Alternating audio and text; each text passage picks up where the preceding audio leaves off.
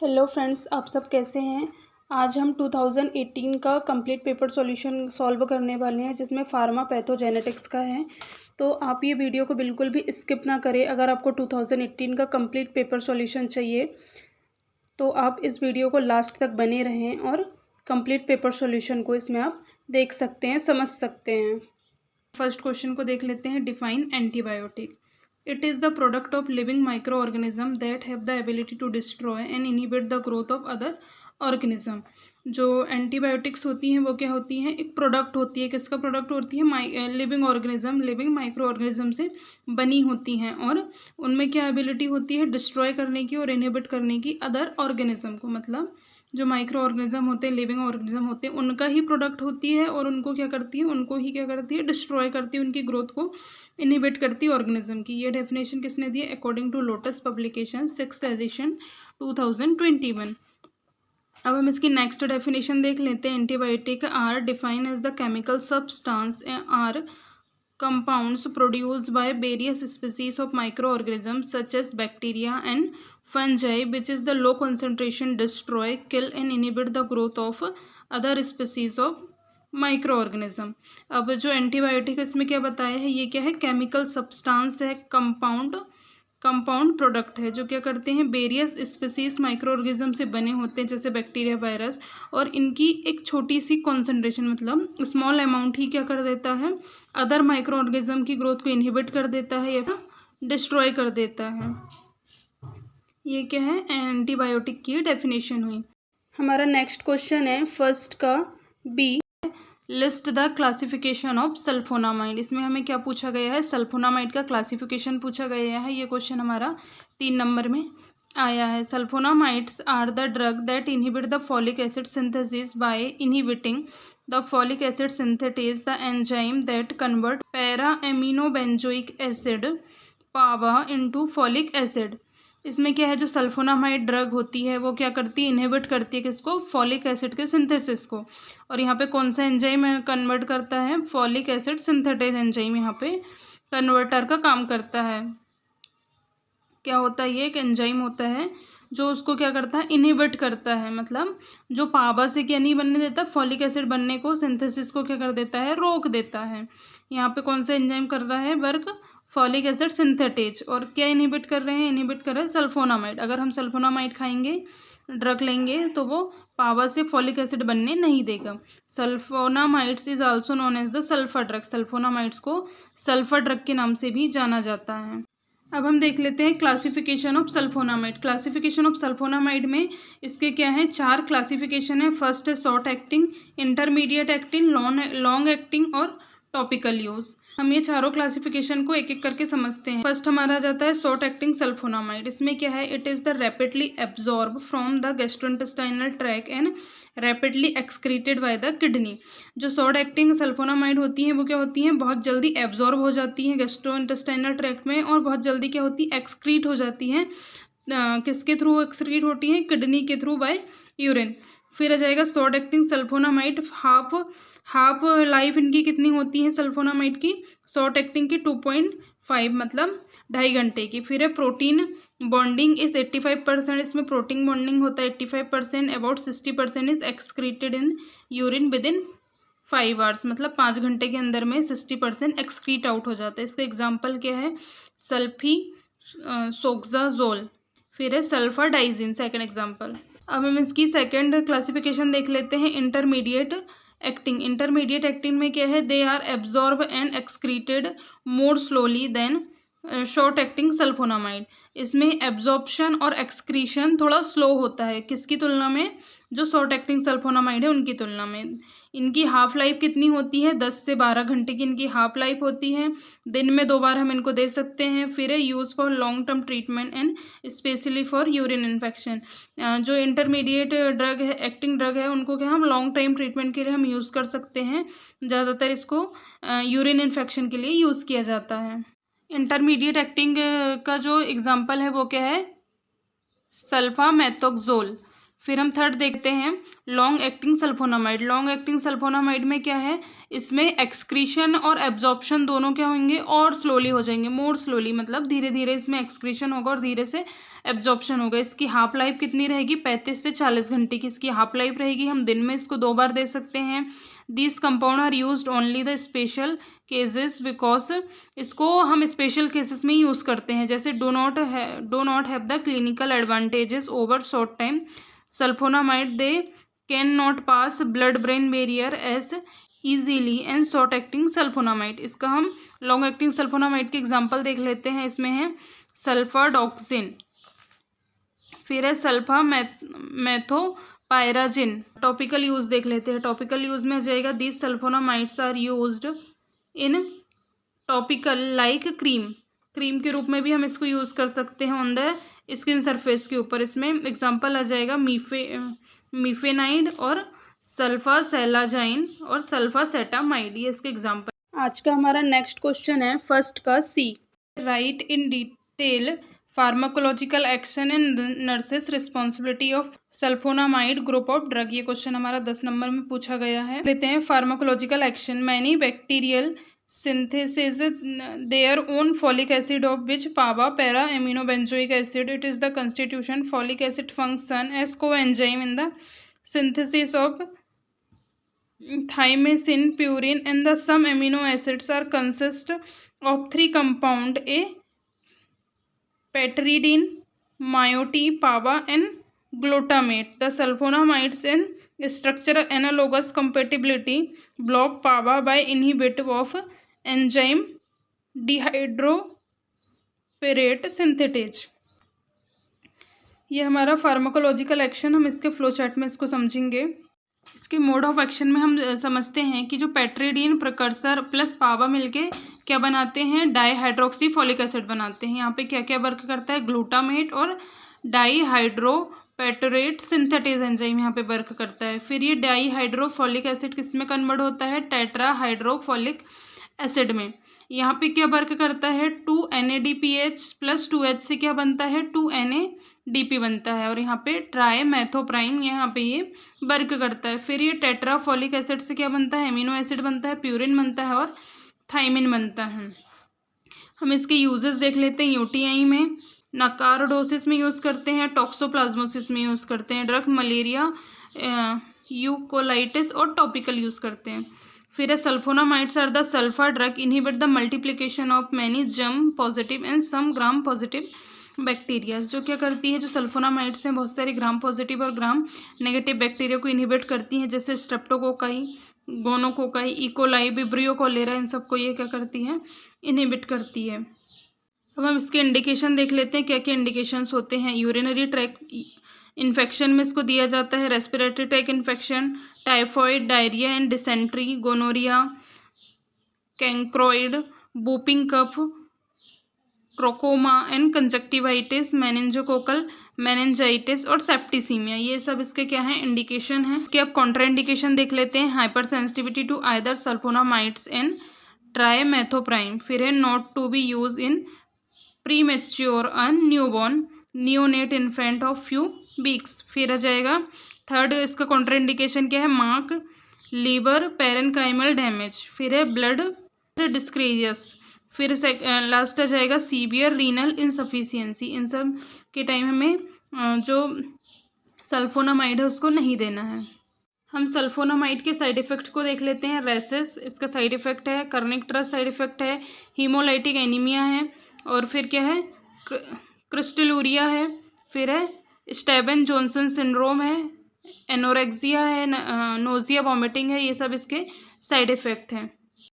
अब जो सल्फोनामाइड है उसके एडवर्स इफेक्ट में क्या क्या आ जाता है, गैस्ट्रोइंटेस्टाइनल सिस्टम में नोजिया वॉमिटिंग डायरिया पेनक्रेटाइटिस, और इंटेग्यूमेंट्री सिस्टम में एपिडाइमल नेक्रोलाइसिस और एक्सप्लोटिव स्टेवन जॉनसन सिंड्रोम और फोटोसेंसिटिविटी। फिर अदर सिम्टम्स में आ जाएगा convulsion, crystalluria, toxic nephrosis, headache, peripheral neuritis and urticaria. ये सब क्या है, इसके अदर सिम्टम्स हैं, अदर एडवर्स इफेक्ट हैं। अब हम इसके नर्सेस रिस्पॉन्सिबिलिटी देख लेते हैं, रोल ऑफ नर्स देख लेते हैं। इसमें क्या करेंगे, मॉनिटर इनटेक आउटपुट करना है, फिर है एंकरेज फ्लूइड इनटेक, फिर है मेंटेन एल्कलाइन यूरिन, फिर फोर्थ आ जाएगा bicarbonate may be indicated to evolute pH. Next nurses responsibility आ जाती है, जिसमें advise patient to avoid exposure to sunlight में एक्सपोजर होने से अवॉइड करना है, एडवाइस करना है सब पेशेंट को। फिर advise patient to maintain fluid intake and 300 ml per day to avoid crystal formation. हमें पेशेंट को एडवाइस करना है कि वो 3 लीटर कम से कम एक दिन में पानी पिए, जिससे वह क्रिस्टल फॉर्मेशन को रोक सकता है। IV solution must be given slowly over 90 to 60 minutes. फिर है never administered through intramuscular routes, intramuscular route हमें यूज़ नहीं करना है। Advice patient to take medication in the empty stomach और little food to help the better absorption. फिर next आ जाएगा advice patient to avoid sunlight without clothing, without clothing के sunlight में नहीं जाना है। फिर नेक्स्ट आ जाएगा मॉनिटर ब्लड काउंट को हमें मॉनिटर करते रहना है। हमारा नेक्स्ट क्वेश्चन है सेकंड का A, anti malarial drug. Anti malarial drugs are the drug which are use for the treatment prophylaxis and prevention of relapse of malaria.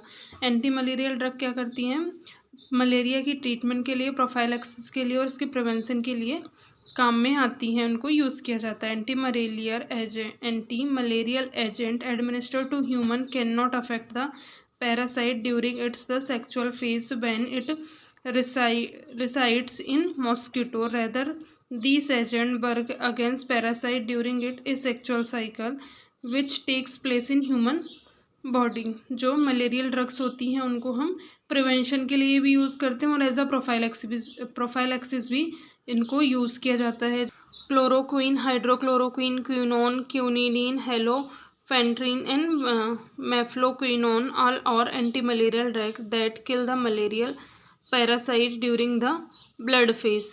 ये सब क्या है, एंटी मलेरियल ड्रग्स हैं जो मलेरिया में एंटी मलेरियल ड्रग के रूप में यूज़ की जाती है। अब हम इसका क्लासिफिकेशन देख लेते हैं, classification of anti malarial drugs. 5 classification इसके हैं।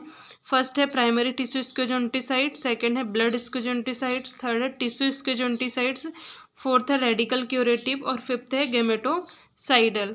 अब हम देख लेते हैं प्राइमरी टिश्यू स्केजोंटिसाइड, इसमें कौन कौन सी ड्रग्स आ जाती हैं। इसमें प्रीमाक्विन आती है, प्रोग्यूनेल आती है। और ब्लड स्केजोंटिसाइड्स में क्या आती है, क्लोरोक्विन आती हैं, क्यूनोन आती हैं, मेफ्लोक्विन आती हैं। फिर है टिश्यू स्केजोंटिसाइड, इसमें क्या क्या आ जाती है, प्रीमाक्विन आती है, रेडिकल क्यूरेटिव्स। और फिर यहाँ पे आ जाता है गेमेटोसाइडल में कौन सी आती है, प्रीमाक्विन आती है, क्लोरोक्विन आती है, क्यूनोन आती है। अब हम इसके डोसेस देख लेते हैं कि कौन सी ड्रग को कितना यूज़ किया जाता है। जो क्यूनोन होती है उसको 300 to 600 mg TDS, मतलब हम दिन में 3 बार उसको दे सकते हैं। फिर क्लोरोक्विन है, उसको in clinically attack 1 gram initially followed by 500 mg 6 hours for 2 days। तो जो क्लोरोक्विन है उसको हमें कितनी देनी है, 500 mg देनी है, 6 hours में देनी है और कितने दिन तक देनी है, 2 days तक हमें इसको देनी है। फैल्सीपेरम, इसमें क्या IV जाएगी, ये 300 mg 200 to 500 ml of normal saline के साथ हमें इसको मिक्स करके देना है। प्रीमाक्विन है, उसको हमें 15 mg पर डे देना है, कितने दिन तक, 15 दिन तक। मेपाक्राइन है, 1 ग्राम हमको देना है, 0.1 ग्राम हमको पर डे देना है। फ्लोर प्रोग्यूनेल है, उसको 20 mg पर वीक देनी है।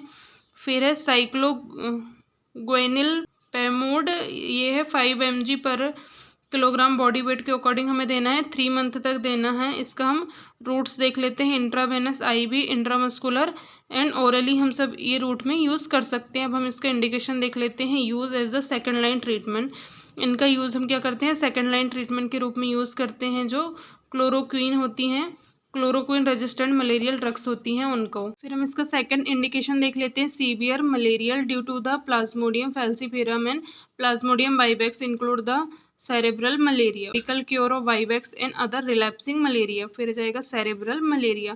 अब हम इसके कॉन्ट्राइंडिकेशन देख लेते हैं। इसमें आ जाएगा granulocytopenia, lactation tinnitus, optic neuritis, myasthenia gravis, rheumatoid arthritis, hypersensitivity और प्रेगनेंसी। इस टाइम में हमें एंटी मलेरियल ड्रग्स का यूज़ नहीं करना है। अब हम इसके साइड इफ़ेक्ट्स देख लेते हैं। इसमें क्या क्या साइड इफ़ेक्ट होते हैं। Nausea, vomiting, headache, fever, abdominal pain and diarrhoea इसके साइड इफ़ेक्ट होते हैं। टॉक्सिसिटी की हम बात करते हैं तो toxic to renal and gastrointestinal system के लिए टॉक्सिक होती हैं।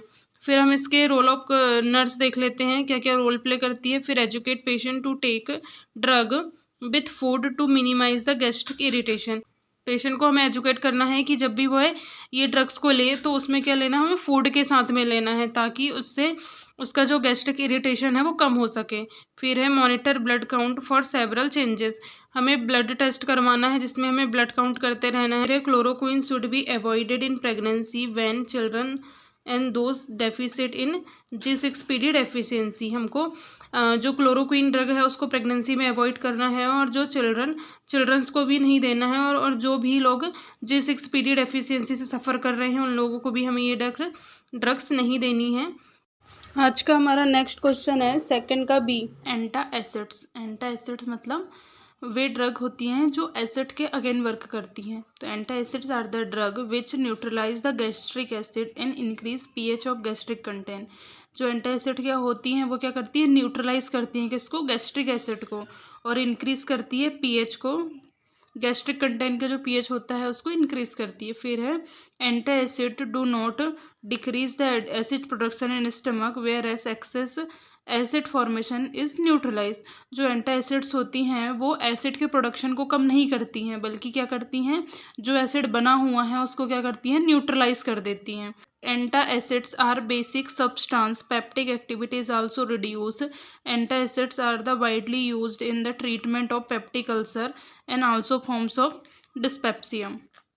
तो जो एंटा एसिड्स होती हैं वो पेप्टिक एक्टिविटी को आल्सो क्या करती हैं, रिड्यूस करती हैं और पेप्टिक अल्सर में इसका यूज़ किया जाता है। इसके क्लासिफिकेशन देख लेते हैं एंटा एसिड के। Classification and types of antacid. Antacid के 2 क्लासिफिकेशन होते हैं। फर्स्ट होता है सिस्टेमिक एंटा एसिड्स होता है और सेकंड होता है non systemic antacid. Systemic antacid में आता है सोडियम बाइकार्बोनेट और नॉन सिस्टेमिक एंटा एसिड में आता है magnesium hydroxide, calcium carbonate, aluminium hydroxide. अब हम सिस्टेमिक एंटा एसिड को देख लेते हैं। These antacids drug which directly neutralize the hydrochloric acid of gastric content, they are highly soluble and quickly absorbable and alter the pH of blood toward the alkalinity. Example क्या है, sodium bicarbonate है। जैसे हम देख लेते हैं NaHCO3 + HCl। जो sodium bicarbonate है उसकी HCl से क्रिया होगी तो NaCl बनेगा प्लस H2O प्लस CO2 बाहर निकल जाएगी। यहाँ पे क्या कर रही है, न्यूट्रलाइज कर रही है। अब हमारा नेक्स्ट है क्या है, नॉन सिस्टेमिक एंटा एसिड्स। ये क्या है, these types of antacids are not absorb into systemic circulation and does not produce the systemic alkalosis. ये क्या है, सिस्टेमिक सर्कुलेशन में नहीं जाती हैं। जिसमें आ जाएगा magnesium hydroxide, calcium carbonate, aluminium hydroxide. फिर आ जाएगी mechanism of action. Mechanism of action में आ जाएगा antacids have acid neutralize affect which releases the pH of gastric content and decrease the pepsin activity in the stomach। जो एंटा acids होती हैं वो न्यूट्रलाइज करती हैं, pH को मेंटेन करके रखती हैं, pH को बढ़ाती हैं और पेप्टिक एक्टिविटी को क्या करती हैं, कम करती हैं। अब हम इसके डोसेस देख लेते हैं। सोडियम बाइकार्बोनेट का कितना, पर orally 0.3 to 2 gram 1 to 4 times a day लेना है या फिर ½ टीस्पून ऑफ वाटर में लेना, ग्लास ऑफ वाटर में लेना। फिर है मैग्नीशियम हाइड्रोक्साइड, इसमें एडल्ट में 2 to 4 tablet 4 times a day. फिर चिल्ड्रन में आ जाएगी 1 tablet 4 times a day. Calcium carbonate आ जाएगी 1 to 2 tablet and 5 to 10 ml every 2 hours oral, maximus 7000 mg पर 24 आवर्ली। फिर आ जाएगा aluminium hydroxide 600 to 1200 mg between meal लेना है एंड 8 बेड टाइम लेना है ओरली। अब हम इसके इंडिकेशन देख लेते हैं किस किस टाइम में हमें एंटा एसिड का यूज़ करना है। हार्ट बर्न के टाइम में, पेप्टिक अल्सर में, एब्डोमिनल सर्जरीज में, हाइपर एसिडिटी में, रिफ्लेक्स ईसोफेजाइटिस में, hyperphosphataemia in chronic renal failure में, इंडाइजेशन में और स्ट्रेस अल्सर में। इन सब टाइम में हमें क्या करना है, एंटा एसिड्स को यूज़ करना है।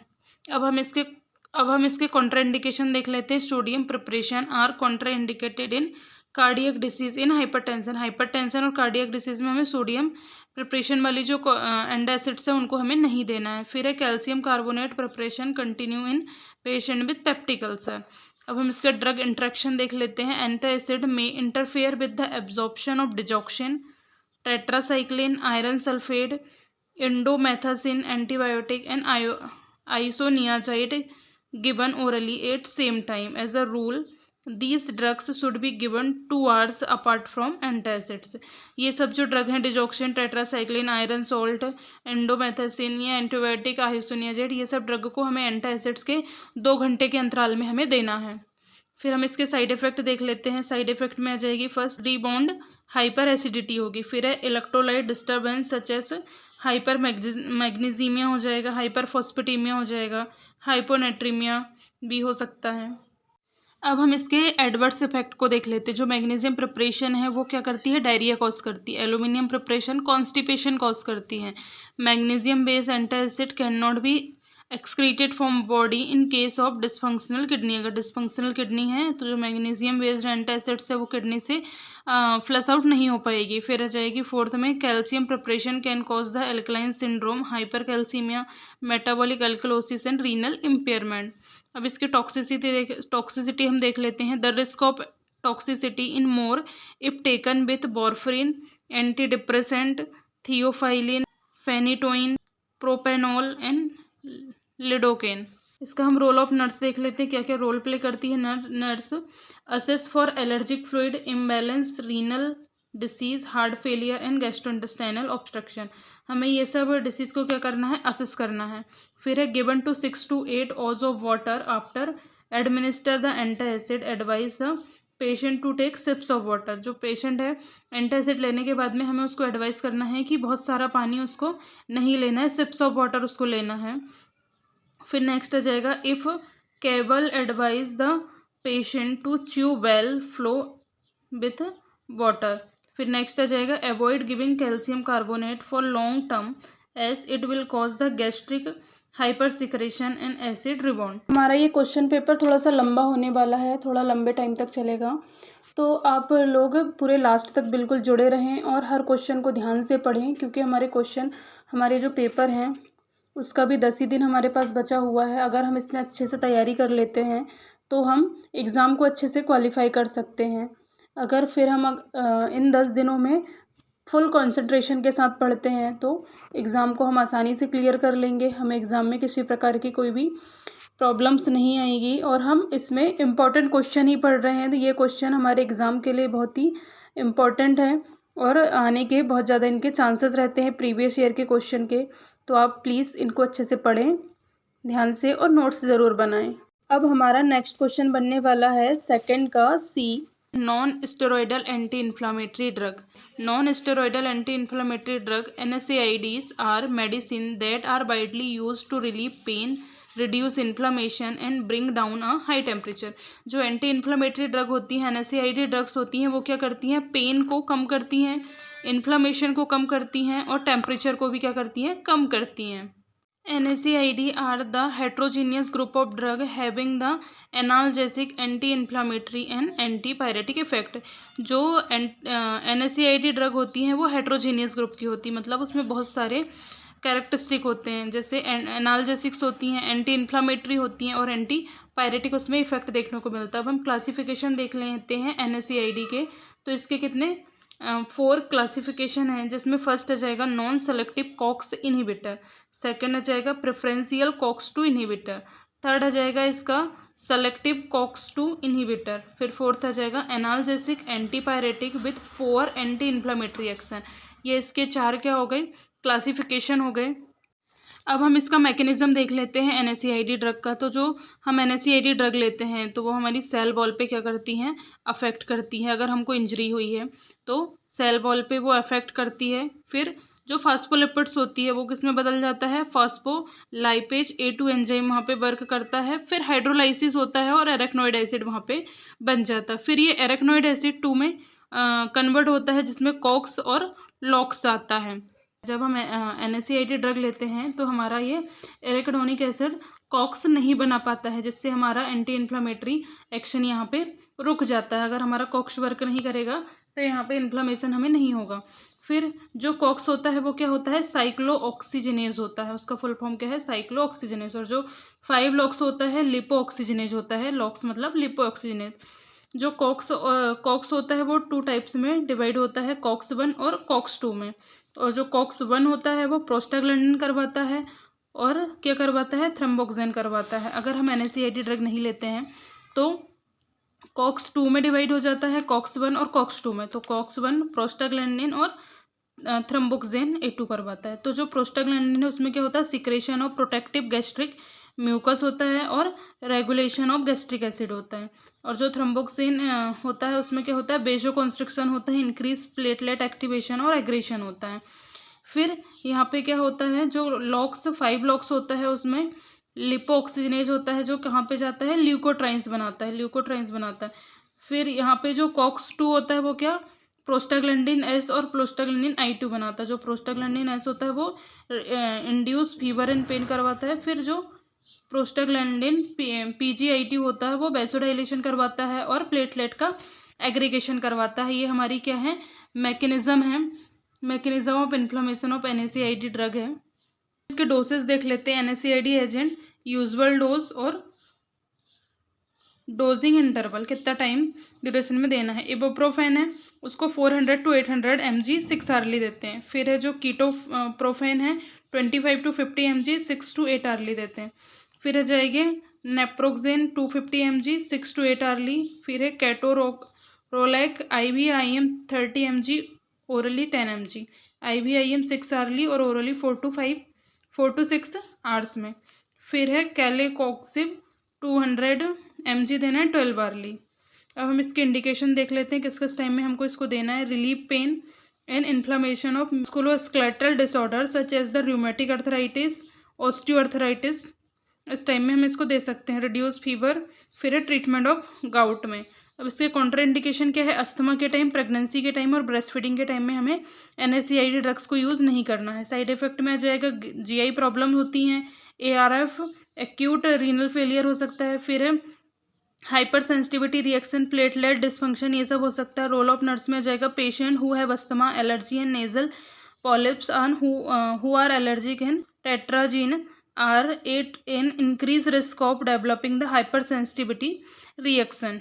तो हमको ये वहाँ पे ध्यान देना है कि पेशेंट को अस्थमा नहीं होना चाहिए, कोई भी किसी भी एलर्जिक या नेजल पॉलिप्स वगैरह नहीं होना चाहिए। नेक्स्ट आ जाएगा, एडमिनिस्टर NSAID आफ्टर मील और without meal and the antacids to minimise the gastric irritation.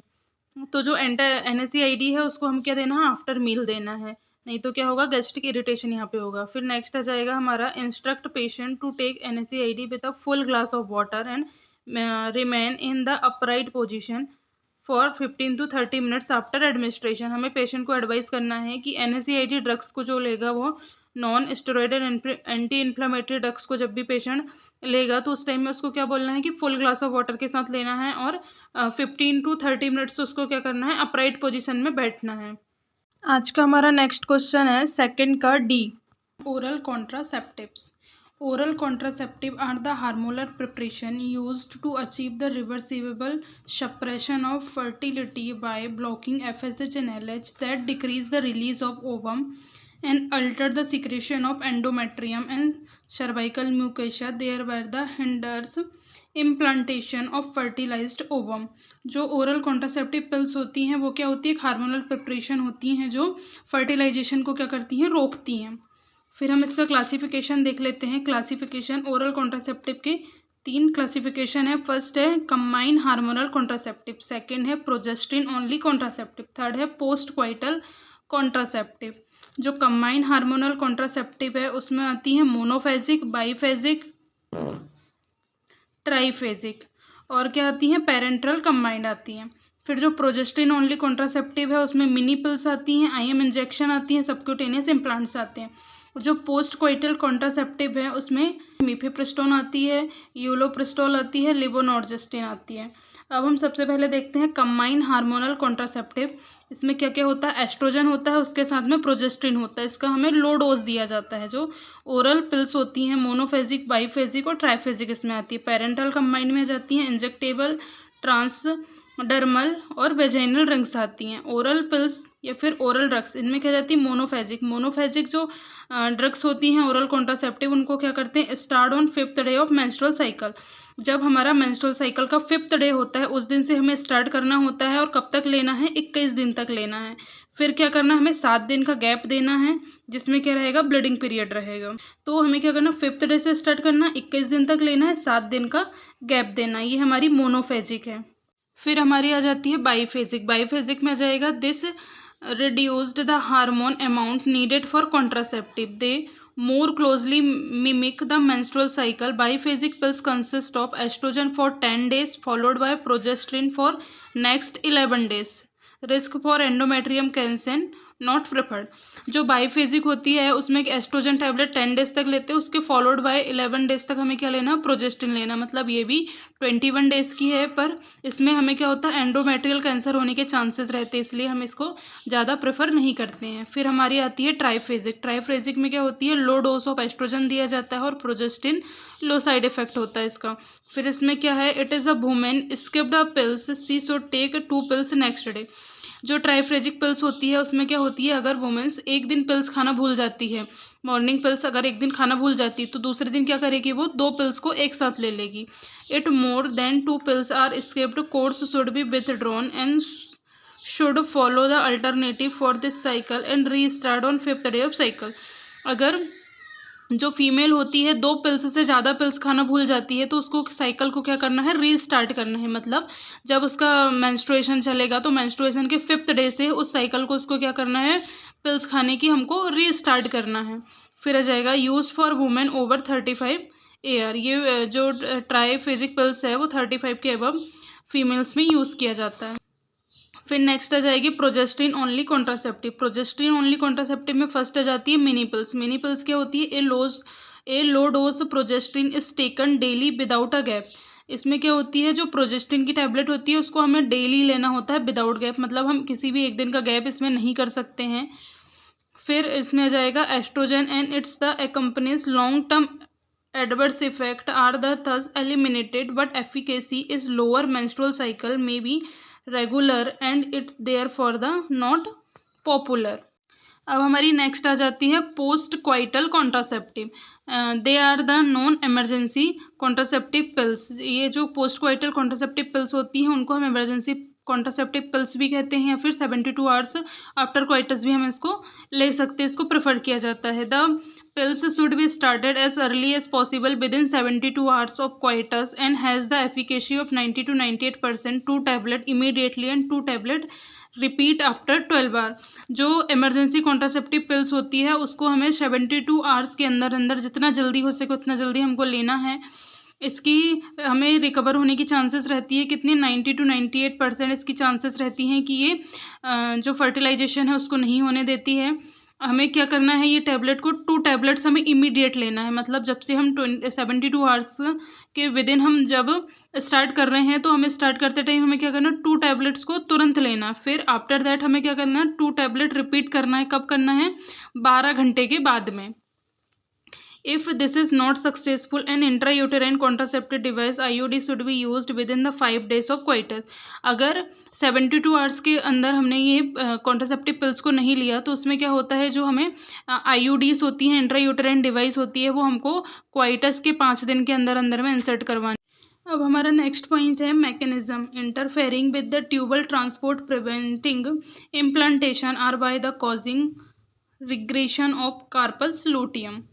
फिर आ जाएगा these drugs should be taken within specific hours because implantation occurs only after 7 days of ovulation. ये drugs को हमें क्या लेना है स्पेसिफिक टाइम में लेना है क्योंकि जो ओव्यूलेशन का जो इम्प्लांटेशन होता है वो कब होता है 7 days ओव्यूलेशन के बाद में होता है। Notes their use is not equivalent to absorb doesn't attack exist pills. फिर है mifepristone is the large dose is the drug which interrupt pregnancy after implantation has started medical termination of pregnancy। they should be used only in emergency। अब हम इसके uses देख लेते हैं। जो combined pills होती हैं monophasic 21 days from 5 days of menstrual cycle से जिसको स्टार्ट करना पड़ता है और 21 डेज तक लेने पड़ता है, उसमें 50 mg, ई 30 mg। तो जो 50 mg है उसमें नॉर्जेस्ट्रोल, इधर एस्ट्रोजन, प्रोजेस्ट्रॉन और ट्रेड नेम उसका। फिर है ई 50 mg नॉर्जेस्ट्रोल 0.5 mg की, उसका ट्रेड नेम क्या है, ओबल जी। फिर जो ई 30 mg की है उसमें लीवोनर्जेस्ट्रिल है 0.15 mg का, उसका क्या नाम है, ओबल एल। फिर जो बाईफेजिक है उसमें ई 35 mg, उसमें नॉर्थरिनोन 0.5 mg की होती है, 10 डेज तक लेना है। फिर 1 mg की हमको 11 डेज तक लेना है। तो जो ई है उसका फुल फॉर्म क्या है, एथिल एस्ट्रिडोल। फिर जो ट्राइफेजिक है उसको 6 + 5 + 10 डेज तक, तो 6 डेज तक हमें ई 30 mg लेना है। फिर नेक्स्ट 5 डेज में ई 40 mg, फिर नेक्स्ट 10 डेज में ई 30 mg। ई मतलब क्या है, एथिनिल एस्ट्रोडोल। फिर जो लिवोजेस्ट्रोल 50 mg होता है इसमें, उसको किस नाम से जानते हैं, ट्राइकोलर। और इसमें लीवोनॉर्जेस्ट्रिल 75 mg होता है, इसमें लीवोनॉर्जेस्ट्रिल होता है 125 mg। जो मिनी पिल्स होती है, मिनी पिल्स में नॉर्जेस्ट्रिल कितना होता है, 75 mg होता है, उसका ट्रेड नेम क्या है, ओब्रानिएट। फिर हम पोस्ट कोइटल पिल्स देख लेते हैं, उसमें क्या होता है, डाई एथिल स्टीवेस्ट्रोल होती है 25 mg पर डे फॉर 5 दिन के लिए हमें लेना है। फिर कंबाइन पिल्स, फिर ई एफ, उसमें ई कितना होना चाहिए, 50 mg + 2 स्टेट हमको दिया जाता है। फिर 2 आफ्टर 12 आवर के बाद में दिया जाता है। फिर लेवोनर्जेस्ट्रिल 0.75 mg होती है, पिल्स होती है स्टेट में। देन फिर आफ्टर 1 टैबलेट कितनी, 12 आवर्स के बाद में देते हैं। तो इसका इसमें प्रोजेस्ट्रिन क्या होता है, लीवोनर्जेस्ट्रिल, और इसका ट्रेड नेम क्या होता है, ओबल ECEE2। अब हम इसके ड्रग इंट्रैक्शन देख लेते हैं। Failure of hormone contraception when used with in the antibiotic, rifampicin, ampicillin, tetracycline etcetera, anti convulsant, anti coagulant, anti hypertensive drugs and corticosteroid. फिर आ जाएगा कॉन्ट्रा इंडिकेशन देख लेते हैं, इसमें आ जाएगा प्रेजेंट हाइपरटेंशन नहीं होना चाहिए, history of deep vein thrombosis या एम्बोलिज्म की हिस्ट्री है तो उस टाइम में हमें नहीं देना है। फिर है जेनाइटल कार्सिनोमा, पोरफायरिया, फिर आ जाएगा इम्पेंडिंग सर्जरी। अब इसके हम साइड इफेक्ट देख लेते हैं, glucose intolerance, cholestatic jaundice, fullness of breast, myocardial infarction, cancer, migration, headache, hypertension, amenorrhoea, irregular menstrual cycle, deep vein thrombosis, DBT, ये सब इसके क्या हैं, साइड इफेक्ट हैं। अब हम इसके रोल ऑफ नर्स देख लेते हैं, क्या क्या रोल्स होते हैं नर्स के। Patient need to educate regarding the possibility of development deep vein thrombosis, हमें पेशेंट को क्या करना है, एजुकेट करना है कि ये टैबलेट लेने के बाद में उसको डीप वेन थ्रोम्बोसिस हो सकता है, उसको बहुत सारे साइड इफेक्ट एडवर्स इफेक्ट में कन्वर्ट हो सकते हैं, बहुत सारे साइड इफेक्ट होते हैं जो परमानेंट भी उनको चल सकते हैं, जैसे इरेगुलर मेंसेस की उनको प्रॉब्लम्स आ सकती है। फिर एंकरेज स्टॉप स्मोकिंग, उनको बोलना है स्मोकिंग को स्टॉप करें, अगर वो करते हैं तो। फिर not to use this preparation is patient having hypertension, अगर पेशेंट हाइपरटेंशन में है तो हमें ये ड्रग्स यूज़ नहीं करनी है। हमें पेशेंट को एडवाइस करनी है कि वो breast self examination every month में उसको करना है। Warn the patient that missing a dose of hormone can result in pregnancy, अगर वो इन डोज को मिस कर देती है तो उसको प्रेगनेंसी होने के चांसेस रहते हैं। फिर teach the patient how to use this preparation being taking pills, हमें पेशेंट को एडवाइस करना है कि इस प्रिपरेशन को, इस टैबलेट को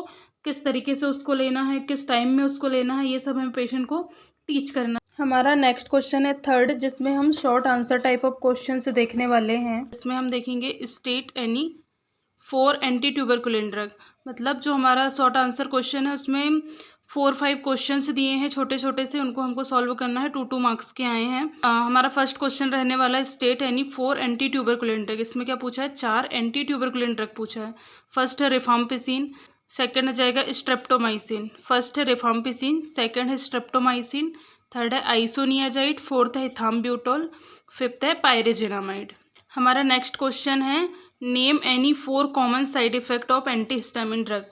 हमारा नेक्स्ट क्वेश्चन में क्या पूछा है, 4 कॉमन साइड इफेक्ट, मतलब 4 कॉमन साइड इफेक्ट पूछा है किसका, एंटीहिस्टामिन ड्रग्स का। तो हम देख लेते हैं common side effect of antihistamine drug.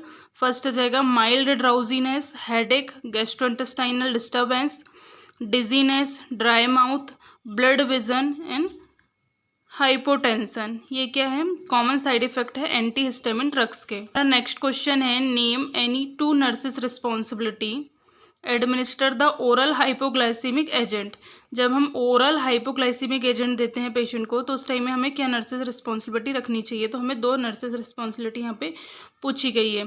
First आ जाएगा the nurses responsibility before administer the oral hypoglycaemic agent. तो आ जाएगा assess vital signs, weight and urine glucose level of patient. हमें पेशेंट का वाइटल साइन चेक करना है, वेट चेक करना है और उसका यूरिन ग्लूकोज लेवल भी हमें चेक करना है। नेक्स्ट रिस्पॉन्सिबिलिटी है consult with physician regarding insulin management. अगर पेशेंट इंसुलिन मैनेजमेंट में है तो हमें इंसुलिन मैनेजमेंट के लिए फिजिशियन से क्या करना, कंसल्ट करना। देन फिर मॉनिटर सीरम ग्लूकोज लेवल, हमें सीरम की ग्लूकोज लेवल को भी मॉनिटर करते रहना है। फिर है व्हाट आर ब्रोंकोडाइलेटर। ब्रोंकोडाइलेटर क्या होते हैं? Bronchodilator are the drug use to relieve bronchospasm of chronic obstructive pulmonary disease, COPD, asthma and airway obstruction. जो ब्रोंकोडाइलेटर होते हैं वो उनका काम क्या होता है, ब्रोंक्यूल्स को क्या करते हैं, डायलेट करते हैं। बहुत सारी डिसीज होती हैं जैसे अस्थमा, COPD, इनमें क्या होते हैं, जो हमारे ब्रोंक्यूल्स होते हैं वो कॉन्स्ट्रिक्ट हो जाते हैं और इनमें एयर का एक्सचेंज नहीं हो पाता है, एयर फ्लो नहीं हो पाता है, जिसके कारण क्या होती है, ऑक्सीजन इनसफिशियंसी होती है। तो जो ब्रोंकोडाइलेटर होते हैं वो एक ड्रग होती है जो क्या करती है, रिलीव करती है ब्रोंकोस्पाज्म को, जैसे COPD में, अस्थमा में, एयरवे ऑब्स्ट्रक्शन में। Bronchospasm cause due to the imbalance between constrictor and dilator.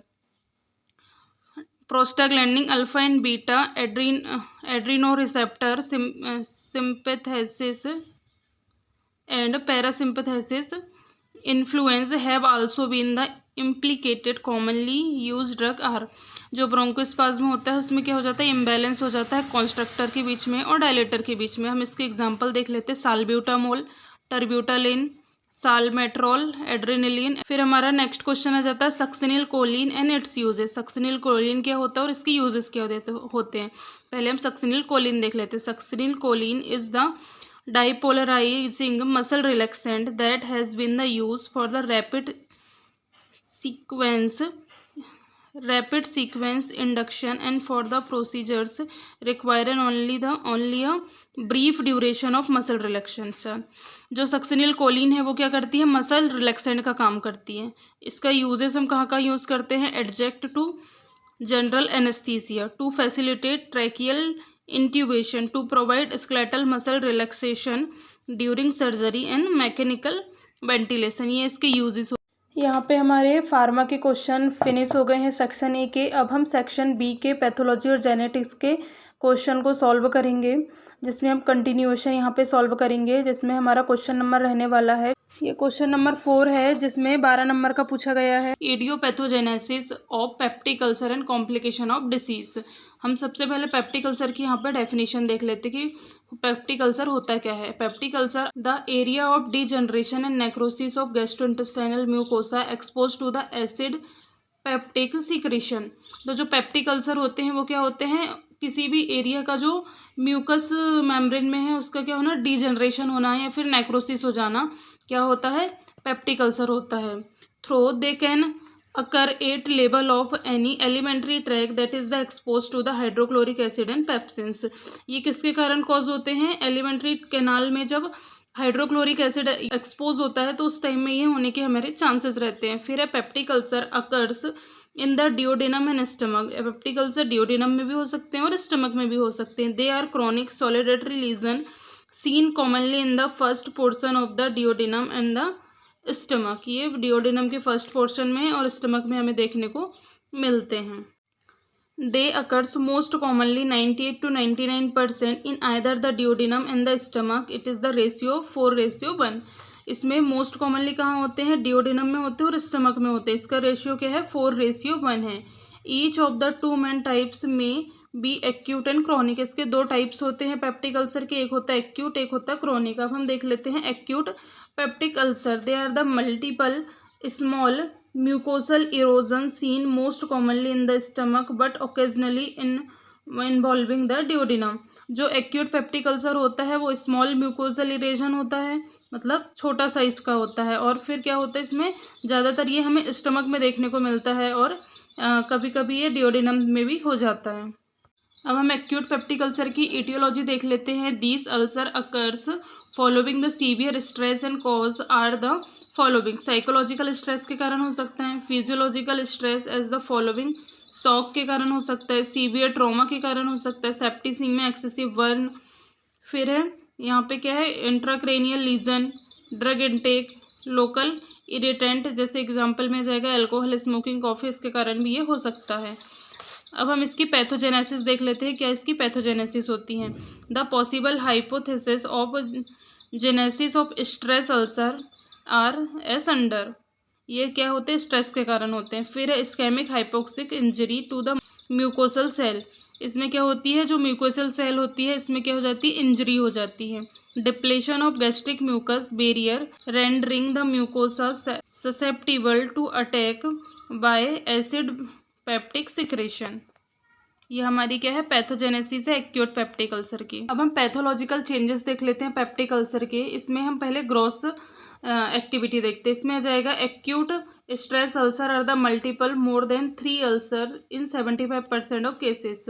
फिर है they are the more common anywhere in the stomach following in decreasing frequency by occurrence in the first part of duodenum. फिर आ जाएगा they may be oval and circular in shape usually less than 1 centimetre in diameter. इसमें क्या है, जो ulcers हैं वो 75% cases में कैसे होते हैं, एक्यूट स्ट्रेस अल्सर होते हैं, मल्टीपल होते हैं, मतलब बहुत सारे होते हैं।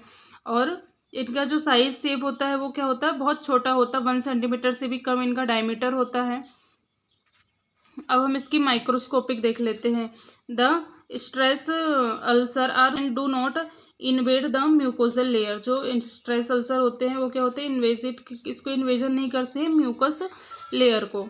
फिर आ जाएगा द मार्जिन एंड वेस में show some inflammatory reaction depending upon the duration of the ulcer. इसमें जहाँ पे अल्सर बनता है उसके आइट साइड में क्या होती है, इन्फ्लामेशन हो जाता है, तो मतलब हमें इन्फ्लामेशन भी यहाँ पे उसकी मार्जिन में देखने को मिलता है। The ulcer you commonly heal by the complete re epithelialisation without leaving any scars. हम इसके कॉम्प्लिकेशन देख लेते हैं। कॉम्प्लिकेशन में आ जाएगा हेमरेज हो सकता है, परफोरेशन भी हो सकता है। Chronic peptic ulcer, gastric and duodenal ulcer, the 2 main forms of peptic ulcer disease of the upper GI tract in which the acid pepsin secretion and implicated in their pathogenesis. जो peptic ulcer होते हैं वो क्या होते हैं, अपर GI track में होते हैं। फिर है peptic ulcer are commonly in present day life of the industrialised and civilisation world. Industrialisation और सिविलाइजेशन बर्ड में ये बहुत ही कॉमन हो गए हैं। फिर there are the mainly 2 type, gastric ulcer और डिओडिनल अल्सर। अब इसके पैथोजेनेसिस देख लेते हैं। इसमें आ जाएगा the 2 most important causative factor for development of peptic ulcer includes the helicobacter pylori infection। इसका ये मेन कॉज होता है, इसके कारण भी होता है। और फिर mucosal exposure to gastric and pepsin के कारण होता है। ये तो गैस्ट्रिक एसिड और पेप्सिन के कारण होगा म्यूकोसल एक्सपोजर का, या फिर हेलिकोबैक्टर इन्फेक्शन के कारण होगा। Other factors which includes the injury to the mucosal include the consumption of aspirin and non steroidal anti inflammatory drugs, NSAIDs, cigarette smoking, alcohol consumption and duodenal gastric reflex.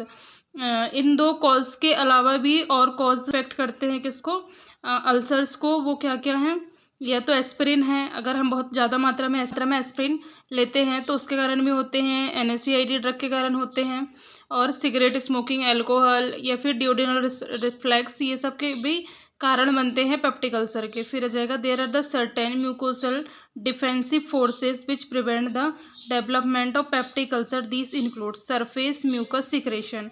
फिर आ जाएगा bicarbonate secretion इन mucus. फिर आ जाएगा epithelial regenerative capacity and elaboration of prostaglandin. फिर हम इसकी gross morphology देख लेते हैं, जिसमें आ जाएगा the ulcers are round sharply demarcated punched out create approximately 2 to 4 centimetre in diameter. इनका डायमीटर कितना होता है, 2 to 4 होता है, राउंड होता है, शार्पली डिमार्केटेड होते हैं। फिर इनका लोकेशन कहाँ होता है, एंटीरियर और पोस्टीरियर वॉल में होता है, first part of the duodenum, और लेसर कर्वेचर में होता है, स्टमक का जो लेसर कर्वेचर होता है उसमें होता है, और margin of the ulcer in the edematous and the surrounding mucus found में radiation. The ulcer base is clean due to the peptic digestion of necrosis tissue. ये इसका छोटा सा डायग्राम है। यहाँ पे आप जैसे देख सकते हैं इसमें क्या है, ग्रेन्युलेशन टिश्यूज यहाँ पे हैं, फाइब्रोसिस हो रहा है, यहाँ पे ये इन्फ्लामेशन हो गया है, डायब्रिस और नेक्रोसिस यहाँ पे हो रहा है। अब हम इसकी माइक्रोस्कोपिक देख लेते हैं। 4 zones are identify on microscopic the base consisting of a thin layer of necrosis debris. फिर आ जाएगा zone of active non specific inflammation infiltration. Third आ जाएगा ग्रेन्युलेशन टिश्यू होते हैं। फोर्थ आ जाएगा फाइब्रस एंड कोलेजिनस स्कार्स होते हैं। Healing occurs by the proliferation of the granulation tissues and re-epithelialization from the margin of the ulcer। अब इसका क्लिनिकल फीचर देख लेते हैं। The patient present with a burning और boring type of epigastric pain. इसमें क्या होता है, बर्निंग जैसा और boring type of epigastric pain होता है, specially 1 to 3 hours after meal, मतलब खाना खाने के 1 से 3 घंटे के बाद में। The pain is relieve by the alkaline. Other symptoms include the nausea, bloating, belching and loss of weight. हम इसके कॉम्प्लिकेशन देख लेते हैं। इसमें क्या होता है, ब्लीडिंग होती है, इन द कॉमनेस्ट कॉम्प्लिकेशन होता है, ये लाइफ थ्रेटनिंग भी हो सकता है ब्लीडिंग। फिर है perforation of wall of the stomach duodenum. फिर आ जाएगा rare complication include the obstruction and malignant transformation. अब हम इसके मैनेजमेंट देख लेते हैं, जिसमें नॉन फार्माकोलॉजिकल मैनेजमेंट में जाएगा डाइट, मतलब avoiding food, take a long time in digestion. हमें ऐसी डाइट को नहीं लेना है जो डाइजेस्ट होने में लंबा टाइम लेती है। If blood and water loss occur due to the diarrhoea and vomiting they should be recover.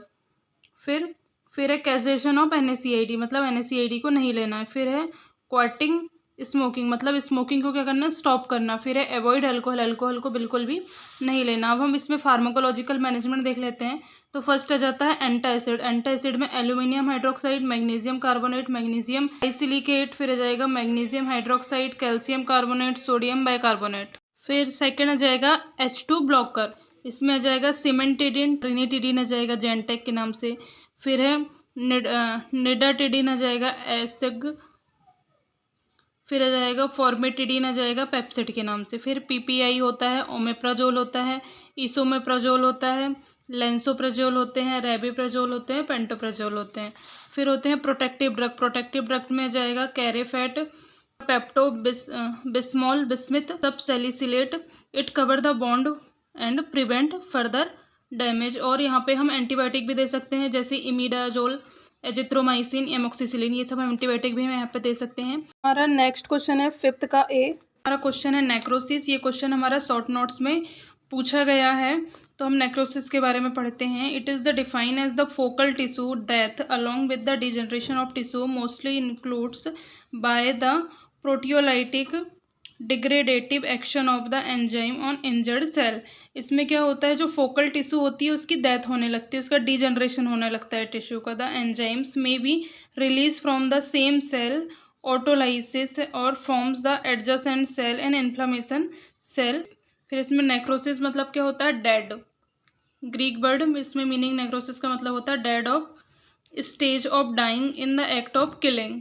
फिर इसके 2 मेजर इवेंट्स होते हैं नेक्रोसिस के, जिसमें होता है degeneration of cellular protein, enzymatic digestion of cell. हम इसकी डेफिनेशन देख लेते हैं। Morphological changes in the result of degeneration of intracellular protein, enzymatic digestion of the lethally injured cell. इसमें क्या होता है, मार्फोलॉजिकल चेंजेस आ जाते हैं, डिजनरेशन होता है, सेलुलर जो प्रोटीन होता है और एंजाइमेटिक इसका डाइजेशन होने लगता है, जो टिश्यू होते हैं वहाँ पे। Morphology of necrosis cell first होती है साइटोप्लाज्मिक चेंजेस होते हैं, न्यूक्लियर चेंजेस होते हैं, अल्ट्रा स्ट्रक्चरल चेंजेस होते हैं। सबसे पहले हम साइटोप्लाज्मिक चेंजेस देख लेते हैं। इसमें आ जाएगा increase eosinophils of the cytoplasm due to the degeneration of protein, glassy and appearance of cytoplasm due to the loss of glycogen. फिर आ जाएगा प्रेजेंस ऑफ कैल्सिफिकेशन। फिर आ जाएगा न्यूक्लियर चेंज में आ जाएगा pyknosis which is the chromatic clumping shrinking with increase basophils, मतलब जो क्रोमेटिन होता है उसमें क्लम्पिंग हो जाएगी, श्रिंकिंग होने लगेगा। फिर है कार्योरेसिक्स। फिर जाएगा फ्रेगमेंटेशन ऑफ क्रोमेटिन। फिर इसका अल्ट्रा स्ट्रक्चरल चेंजेस में हम देख लेते हैं cell membrane and plasma membrane damaged, mitochondrial alteration, presence of amorphous densities in the mitochondria. फिर आ जाएगा lysosome membrane alteration, aggregation and degeneration of protein, ये इसका अल्ट्रा स्ट्रक्चरल चेंजेस हो गए।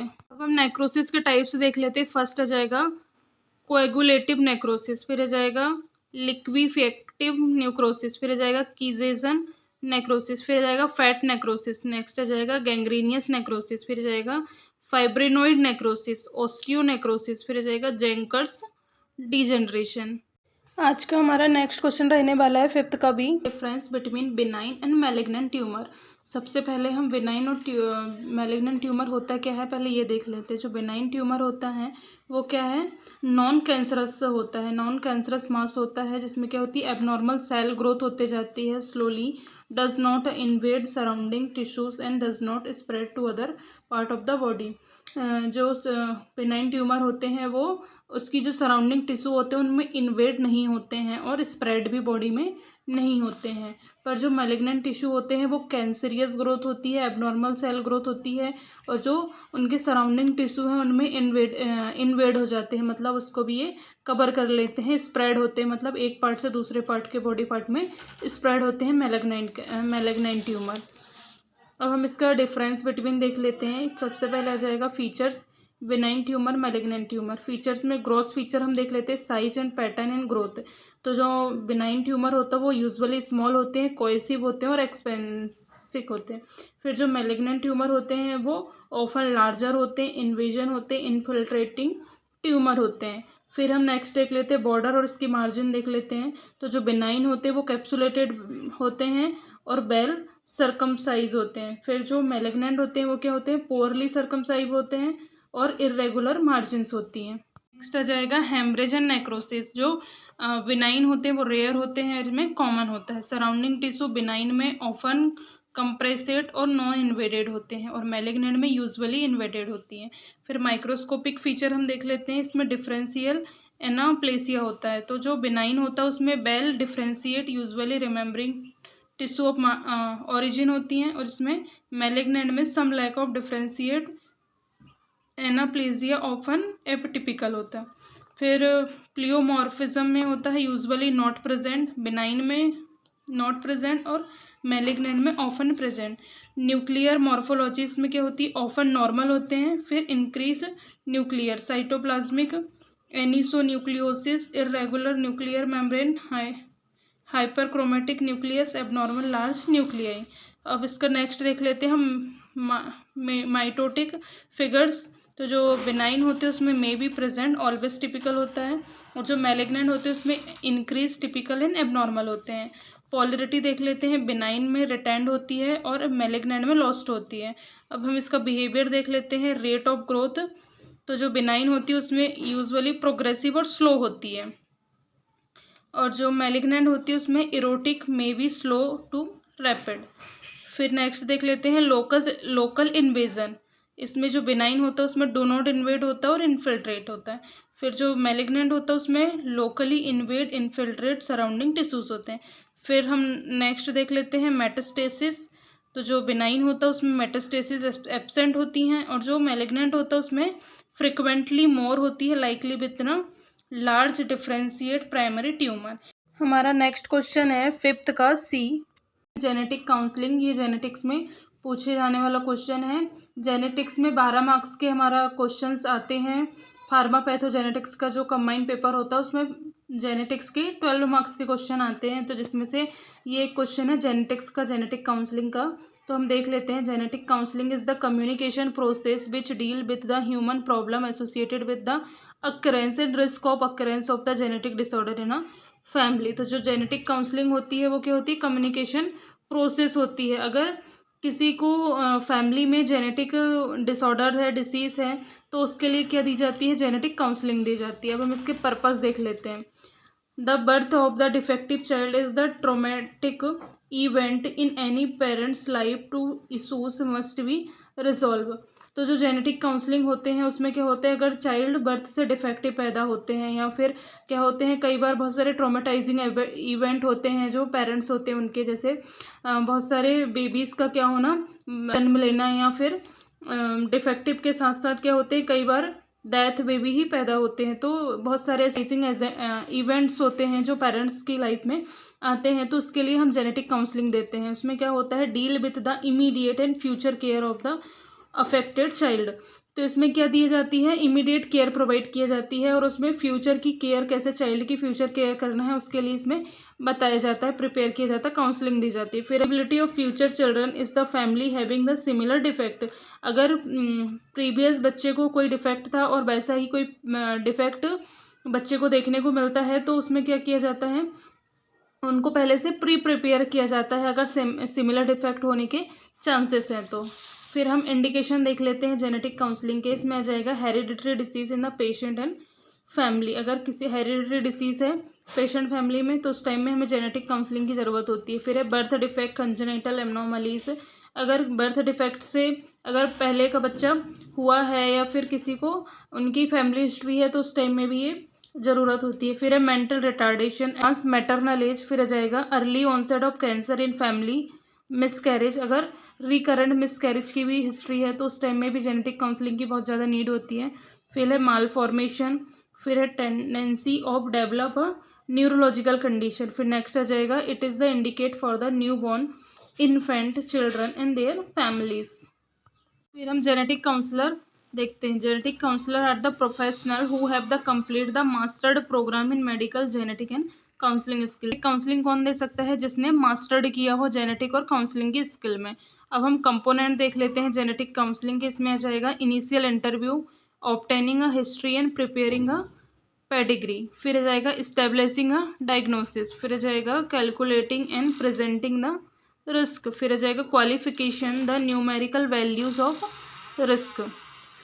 अब हम इसके स्टेप्स देख लेते हैं जेनेटिक काउंसलिंग के। फर्स्ट होती है हिस्ट्री, सेकंड होती है पेडिग्री एंड पेडिग्री चार्टिंग।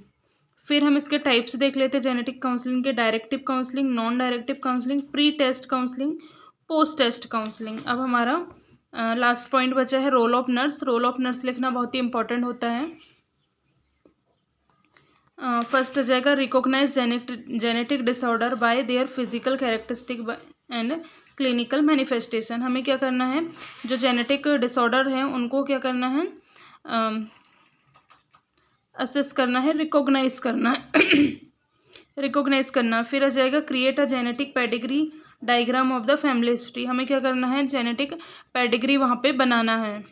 फिर नेक्स्ट आ जाएगा explain the aspect of diagnosis, prognosis and treatment that affect the parents and his family. फिर हमें क्या करना है, एक्सप्लेन करना है पेरेंट्स को कि क्या डायग्नोसिस है, क्या उसकी प्रोग्नोसिस हो सकती है, कैसे उसका ट्रीटमेंट हम प्रोवाइड कर सकते हैं। Clear up misconception and allay feeling of guilt. उनका assist with the diagnostic process by the exploring medical and family history information. Next आ जाएगा refer and prepare a family for genetic counselling. Family को क्या करना, prepare करना। Next आ जाएगा remain non judgmental, हमें जजमेंटल वहाँ पे नहीं होना है। फिर आ जाएगा check with the government policy for information and resources related the genetic testing. फिर नेक्स्ट आ जाएगा recognise ethical, legal and professional issues. Next आ जाएगा we aware of associated profession. Next आ जाएगा सिंपैथी एंड सपोर्टिव लिसनर। वहाँ पे जो काउंसलर है उसको सपोर्टिव होना चाहिए, सिंपैथी दिखाना चाहिए, नॉन जजमेंटल होना चाहिए। अगर वो जज करेगा तो वहाँ पे काउंसलिंग क्या रहेगी, इफेक्टिव नहीं रहेगी। हमारा नेक्स्ट क्वेश्चन है फिफ्थ का डी, ब्लड ग्रुप। ये भी हमारे क्या शॉर्ट नोट्स में पूछा गया एक क्वेश्चन है, तो हम देख लेते हैं। Blood group also called the blood type. Classification of blood is based on the presence and absence of inherent antigenic substance on the surface of red blood cells. These antigen may be the protein, carbohydrate, glycoprotein and glycolipids depending on the blood group system। तो जो blood होता है वो क्या होता है, एक connective tissue होता है, और इसमें उसके प्रेजेंस के प्रेजेंस मतलब एंटीजन के प्रेजेंस के अकॉर्डिंग ब्लड ग्रुपिंग यहाँ पे डिवाइड की जाती है। हम ब्लड ग्रुप देख लेते हैं। ब्लड ग्रुप टू टाइप्स के होते हैं। एक तो होते हैं एबीओ सिस्टम से ब्लड ग्रुपिंग की जाती है, और एक आरएस सिस्टम होता है। एबीओ सिस्टम फर्स्ट हम देख लेते हैं। ABO blood grouping system, the individual blood is commonly classified one of the main four group. जो एबीओ सिस्टम है उसके अकॉर्डिंग ब्लड को चार भाग में बांटा गया है। चार टाइप्स के ब्लड होते हैं। फर्स्ट होता है ए होता है, सेकंड बी होता है, थर्ड ए बी होता है, और ओ होता है। The surface of the individual red blood cell contain the number of protein known as the antigen and the unique of each person. जो इंडिविजुअल होते हैं उसके रेड ब्लड सेल्स के ऊपर क्या होते हैं, अलग अलग टाइप के क्या होते हैं, एंटीजन होते हैं, और उस यूनिक एंटीजन के ऊपर ही हम क्या करते हैं, ब्लड ग्रुप को क्लासिफाइड करते हैं, डिवाइड करते हैं। फिर आ जाएगा many blood antigen have been identified but the antigen A B and R H are most important in determining the blood group and type because antigen promote coagulation and clumping of the blood cells. They also known the agglutinogens. Blood on weighs the presence of antigen A and antigen B and blood is divided into the four group A, B, AB and O group. तो जो blood का main होता है वो क्या होता है, antigen. Antigen जो भी एंटीजन उसके ऊपर प्रेजेंट रहेगा रेड ब्लड सेल्स के ऊपर, वो हमारा ब्लड ग्रुप रहेगा। अगर ए एंटीजन प्रेजेंट है तो हमारा ब्लड ग्रुप ए होता है, अगर बी एंटीजन प्रेजेंट है तो हमारा ब्लड ग्रुप बी है। तो इस तरीके से हम ए बी ओ जो हमारा ब्लड ग्रुप टाइप है उसमें हम ब्लड ग्रुपिंग को डिवाइड कर सकते हैं। हम यहाँ एक टेबल से समझते हैं कि ब्लड ग्रुप कैसे डिवाइड किया जाता है। ब्लड ग्रुप अगर ए है तो उसमें एंटीजन क्या प्रेजेंट होगा, ए एंटीजन प्रेजेंट होगा। एंटीबॉडी क्या होगी, बी एंटीबॉडी। किसको डोनेट कर सकता है वो, ए को डोनेट कर सकता है और ए बी को डोनेट कर सकता है। किससे रिसीव कर सकता है, ए से रिसीव कर सकता है और ओ से रिसीव करता है। अगर किसी का ब्लड ग्रुप बी है तो उसमें कौन सा, बी एंटीजन प्रेजेंट है, ए एंटीबॉडी प्रेजेंट है, वो बी को डोनेट कर सकता है, ए बी को डोनेट कर सकता है, और किससे किससे ले सकता है, बी से ले सकता है और ओ से ले सकता है। अब देख लेते हैं हम जिसका ब्लड ग्रुप ए बी है तो वो क्या करेगा, उसमें एंटीजन ए और बी दोनों एंटीजन प्रेजेंट होते हैं और उसमें किसी भी प्रकार की एंटीबॉडी प्रेजेंट नहीं होती है, इसीलिए वो सभी से ले सकता है। ये यूनिवर्सल रिसीवर कहलाता है। तो हम डोनेट किसको कर सकते हैं, ए बी को डोनेट कर सकते हैं, लेकिन ले किससे सकते हैं, ए से ले सकते हैं, बी से ले सकते हैं, ए बी से ले सकते हैं, ओ से ले सकते हैं। मतलब हम चारों ब्लड ग्रुप के पर्सन से ब्लड यहाँ पे रिसीव कर सकते हैं। अब हमारा आ जाता है ब्लड ग्रुप ओ। इसमें एंटीजन एक भी प्रकार के एंटीजन नहीं पाए जाते हैं, इसमें बस एंटीबॉडी पाई जाती है, ए और बी एंटीबॉडी पाई जाती है। हम डोनेट सभी चारों ब्लड ग्रुप को हम डोनेट कर सकते हैं, ए बी ओ हम सबको क्या कर सकते हैं, डोनेट कर सकते हैं, पर रिसीव हम सिर्फ ओ से कर सकते हैं। तो जो हमारा यूनिवर्सल डोनर कहलाता है वो ब्लड ग्रुप ओ कहलाता है। हम आरएच ब्लड ग्रुपिंग सिस्टम देख लेते हैं कि आरएच ब्लड ग्रुपिंग सिस्टम होता क्या है। इसमें आ जाएगा the red blood cells membrane antigen important here it is the rhesus RH antigen and Rhesus factor. तो जो आरएच ब्लड ग्रुपिंग आया उसमें क्या, सबसे पहले बंदर में एक मंकी था, उसमें रीसस फैक्टर को देखा गया था। उस टाइम से हमारा ये आरएच फैक्टर वाला जो है ब्लड ग्रुपिंग आई है। उसमें क्या होता है कि जिसमें आरएच एंटीजन पाया जाता है पॉजिटिव, तो उसमें हमारा ब्लड ग्रुप क्या होता, पॉजिटिव होता। अगर जिसमें आरएच एंटीजन नहीं पाया जाता वो हमारा आरएच नेगेटिव ब्लड ग्रुपिंग होता है। तो the RH factor is the inherited antigen in human blood that contain the Rh factor is known as the Rh positive. When it is not present the blood group set to the Rh negative. जैसे अगर Rh factor है तो Rh positive, अगर Rh factor absent है तो Rh negative.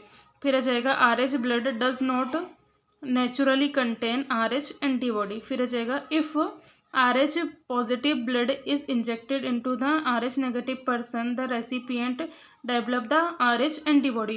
अगर हम किसी को Rh पॉजिटिव को Rh नेगेटिव ब्लड दे देते हैं तो वहाँ पे हमारी एंटीबॉडी बन जाती है, और वो एंटीबॉडी क्या करती हैं, उसी के अगेंस्ट क्या करने लगती हैं, काम करने लगती हैं।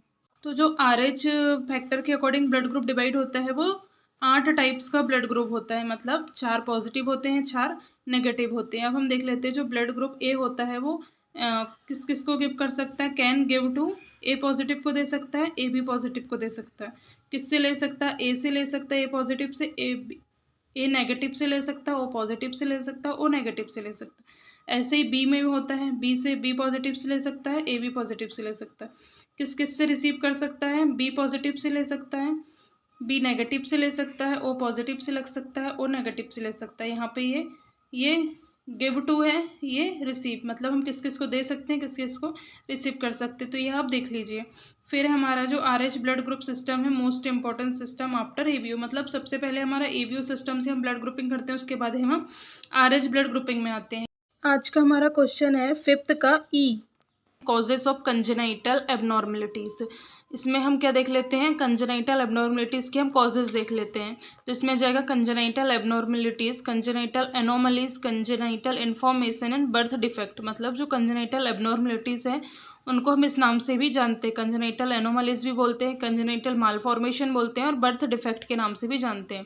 फिर आ जाएगा it is a condition which is present at the time of birth which varies from the standard presentation in the other bird. It is the type of congenital disorder which is primarily structural in the nature। तो जो condition होती है congenital abnormalities उसमें क्या होता है, birth से ही defect यहाँ पे हमको देखने को मिलता है। मतलब जो एक नॉर्मल बॉडी स्ट्रक्चर होना चाहिए वो वहाँ पे नहीं होता, उसमें बर्थ से ही हमें जो बेबीज़ होते हैं उनमें क्या होता है, डिफेक्ट देखने को मिलता है। अब हम इसके टाइप्स देख लेते हैं कंजेनाइटल एनोमलीज़ के। इसमें जाएगा congenital anomalies of the heart. तो congenital anomalies of the heart होती है, इसमें क्या कौन कौन सी डिसीज आती हैं, इंक्लूड द पेटेंट डक्टट आर्ट्रियोसिस आती है, आर्ट्रियल सेप्टल डिफेक्ट आती है, वेंट्रिकुलर सेप्टल डिफेक्ट आती है। ये सब हार्ट की एनोमलीज हैं। और भी इसमें बहुत सारी हार्ट की डिसीजेस आती हैं, जैसे टेट्रालॉजी ऑफ फैलेट आ जाती है। ये सब बहुत सारी ऐसी डिसीजेस में आ जाती हैं। फिर नेक्स्ट आ जाता है congenital anomalies of nervous system. Nervous system में भी कंजेनाइटल एनोमलीज होती है, जिसमें आ जाएगी न्यूरल डिफेक्ट आता है such as spinal bifida. Other congenital anomalies of the nervous system including the hydrocephalus आ जाती है, माइक्रोसेफेली आ जाती है। ये सब नर्वस सिस्टम के कंजेनाइटल एनोमलीज है। फिर हम देख लेते हैं congenital anomalies of gastrointestinal system. Gastrointestinal system में क्या होता है, कौन कौन सी आती हैं, numbers form of stenosis and atresia. इसमें स्टेनोसिस भी होती है और अट्रेसिया वाली भी कंजेनाइटल एनोमलीज हमें गैस्ट्रोइंटेस्टाइनल सिस्टम में देखने को मिलती हैं। अब हम इसके कॉजेज देख लेते हैं, कॉजेज ऑफ कंजेनाइटल एबनॉर्मलिटीज़। हम क्या क्या कॉजेज होते हैं कंजेनाइटल एबनॉर्मलिटीज़ के। फर्स्ट होता है अननोन कॉज होता है, फिर जेनेटिक कॉज होता है, म्यूटेंट जीन्स होते हैं, एनवायरमेंटल कॉजेज होता है, मल्टी फैक्टर इनहेरिटेंस होता है। सबसे पहले हम अननोन कॉजेज देख लेते हैं। तो जो बहुत सारे कॉजेज ऐसे होते हैं जिसका हमें कोई भी कारण पता नहीं होता है, लेकिन वो कंजेनाइटल एबनॉर्मलिटीज़ हमें क्या करते हैं, यहाँ पे कॉज करते हैं। हमारा नेक्स्ट कॉज हो जाएगा genetic causes. Genetic factors are such as the chromosomal abnormality and mutant gene. बहुत सारे जेनेटिक फैक्टर्स होते हैं जो क्या करते हैं, म्यूटेंट जीन के कारण वहाँ पे हमारी कंजेनाइटल एबनॉर्मलिटीज़ यहाँ पे कर देते हैं। जैसे कि होते हैं ऑटोसोमल इनहेरिटेंट या फिर एक्स लिंक इनहेरिटेंस होते हैं, जिसके कारण भी कंजेनाइटल एबनॉर्मलिटी हमें देखने को मिलती है। फिर नेक्स्ट आ जाएगा मल्टी फैक्टर इनहेरिटेंस। इसमें आ जाएगा combination of pyogenic and environmental factors. हमारा नेक्स्ट फैक्टर आ जाता है एनवायरमेंटल फैक्टर्स में आ जाएगा इंट्रा यूटेराइन इन्फेक्शन होता है, जैसे TORCH, syphilis, toxoplasmosis, rubella, cytomegaly virus and herpes virus. Next आ जाता है ड्रग्स इनटेक ड्यूरिंग प्रेगनेंसी। अगर प्रेगनेंसी में ड्रग्स ली जाती है उस टाइम में भी कंजेनाइटल एनोमलीज आती हैं, जैसे steroid, anti convulsant, cocaine, lithium etcetera.